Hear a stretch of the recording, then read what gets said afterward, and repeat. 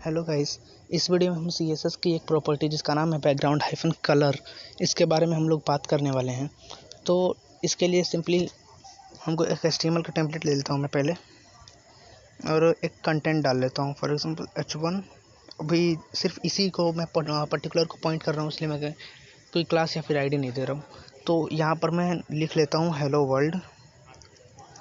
अगर आपको इसमें इंटरेस्ट हुआ होगा कंप्यूटर में तो आपको पता होगा कि व्हाट इज़ हेलो वर्ल्ड और उसका अहमियत क्या है।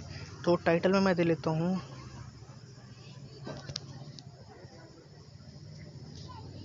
CSS ट्यूटोरियल, और इसमें बैकग्राउंड कलर। ठीक, अब क्या करेंगे, हमको स्टाइल टैग में इसमें इंटरनल CSS इंपोर्ट कर रहा हूँ।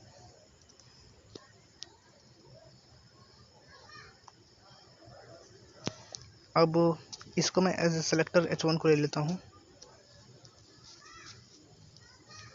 और इधर मैं देता हूँ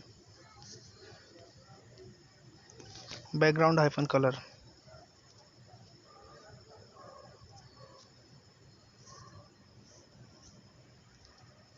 अब आपको यहाँ पर दिखा रहा है कि आप इस पर किसी भी कलर का नाम दे सकते हो। आप RGB में दे सकते हो, हेक्स में दे सकते हो, नेम दे सकते हो, HSL दे सकते हो, आप कुछ भी अभी तक दे सकते हो। तो सबसे पहले मैं कलर देता हूँ। इसको कलर कैसे देना, तो ग्रीन। अब यहाँ पर आपको दिख रहा है कि इसका कलर ग्रीन हो चुका है। अब आप यहाँ पर कोई भी पर्टिकुलर नाम दे सकते हो, फॉर एग्जांपल रेड, तो वो इंपोर्ट हो जाएगा। पर्पल दे सकते हो, ब्लैक, ब्लू। जब आपको नाम नहीं पता होता तो आप उसको हेक्स कोड में देते हो। Hex code in the sense hash, और आगे आपको काफ़ी सारे एप्लीकेशंस मिलते हैं जो आपको हेक्स कोड प्रोवाइड करते हैं। या फिर आप गूगल पर लिख सकते हो हेक्स कोड, तो आपको या फिर हेक्स कोड सेलेक्टर, तो आपको वहाँ पर एक सेलेक्टर मिल जाता है जहाँ से आप हेक्स कोड निकाल सकते हो, और वहाँ से आप यहाँ पर टाइप कर दोगे तो यहाँ पर वो इंपोर्ट हो जाएगा। बेसिकली मैं यहाँ पर दे देता हूँ एक नॉर्मल सा हेक्स कोड जो सबको पता है। इसके बाद आप यहाँ पर कुछ भी दे सकते हो, इनफैक्ट कुछ भी नहीं। ये वाइट है, ये 6 बार F वाइट है, इसलिए आपको दिख नहीं रहा। अब यहाँ पर आप कुछ भी इम्प्रूव कर सकते हो। फॉर एग्जांपल अगर मैं RGB करता हूँ तो RGB को कैसे लिखते हैं, तो सिंपली आपको RGB लिख देना है और आपको ये लिख देना है। अब आपको 0 से 255 की 3 वैल्यू देनी है। पहली वैल्यू रेड के लिए, दूसरी वैल्यू ग्रीन के लिए, और तीसरी वैल्यू ब्लू के लिए। ये सिर्फ 255 तक ही वैलिड होता है, उससे ऊपर दोगे तो ये अवेलेबल नहीं है उसके लिए।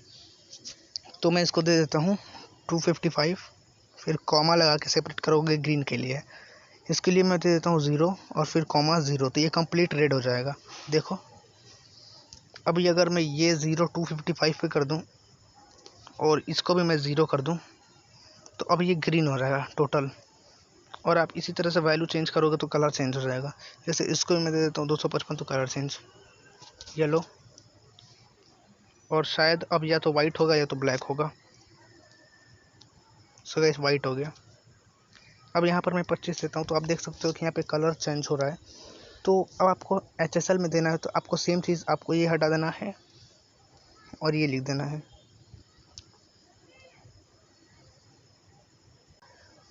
तो HSL में पहली वैल्यू होती है HUE के लिए, HUE। तो ये 350 शायद 359 या तो 259 तक ये वैलिड होता है। इसके बाद आप करोगे तो 0 हो जाएगा, और यहाँ पर जो वैल्यू होती है वो 100% तक की होती है। याद रखना, लास्ट की 2 वैल्यू HSL में परसेंट के लिए होता है और पहली वैल्यू नंबर में होता है। 359 तक की वैलिड होता है। मैं यहाँ पर परसेंट लगा देता हूँ, और यहाँ पर 255 के आगे भी ज़्यादा हो जाएगा तो मैं 100 लिखता हूँ और फिर परसेंट लगाता हूँ। और फिर आई थिंक ये टेक्स्ट एडिटर इसको सपोर्ट नहीं कर रहा है HSL वैल्यू को, बट कोई बात नहीं। लेकिन याद रखना कि यही होता है इसका फॉर्मेट। मैंने इसके पहले इस एडिटर में HSL वैल्यू का यूज़ नहीं किया है, मैंने ज़्यादातर RGB वैल्यू को यूज़ करा है, इसलिए मैं भी इधर मेरे को पता नहीं था। बट फिर भी मैं थोड़ा कोड ट्राई करता हूँ कि मैं भी सक्सेसफुल हो जाए। और फिर यहाँ पे 50%, फिर कॉमा, फिर 50% मे बी। तो गाइस आप लोग कलर वैल्यू वैलिड है, मतलब कि इसमें काम कर रहा है इस टेक्स्ट एडिटर में। तो आप इस तरीके से देखो, यहाँ पर आप वैल्यू कर सकते हो। शायद 359 नहीं है, अगर इस पर नहीं होगा तो है। तो गाइस आप लोग 359 तक ही कर सकते हो। उसके ऊपर अगर आप जाने की कोशिश करोगे तो वो 0 मान लेगा।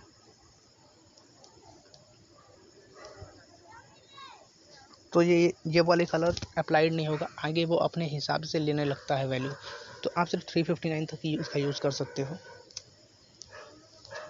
तो यही तीन चार तरीके हैं। पहला, आप इसको वैल्यू दे सकते हो, direct value green, red, blue. दूसरा, आप RGB वैल्यू दे सकते हो। और तीसरा HSL वैल्यू। तो यही 3 तरीके होते हैं कलर डिफाइन करने का।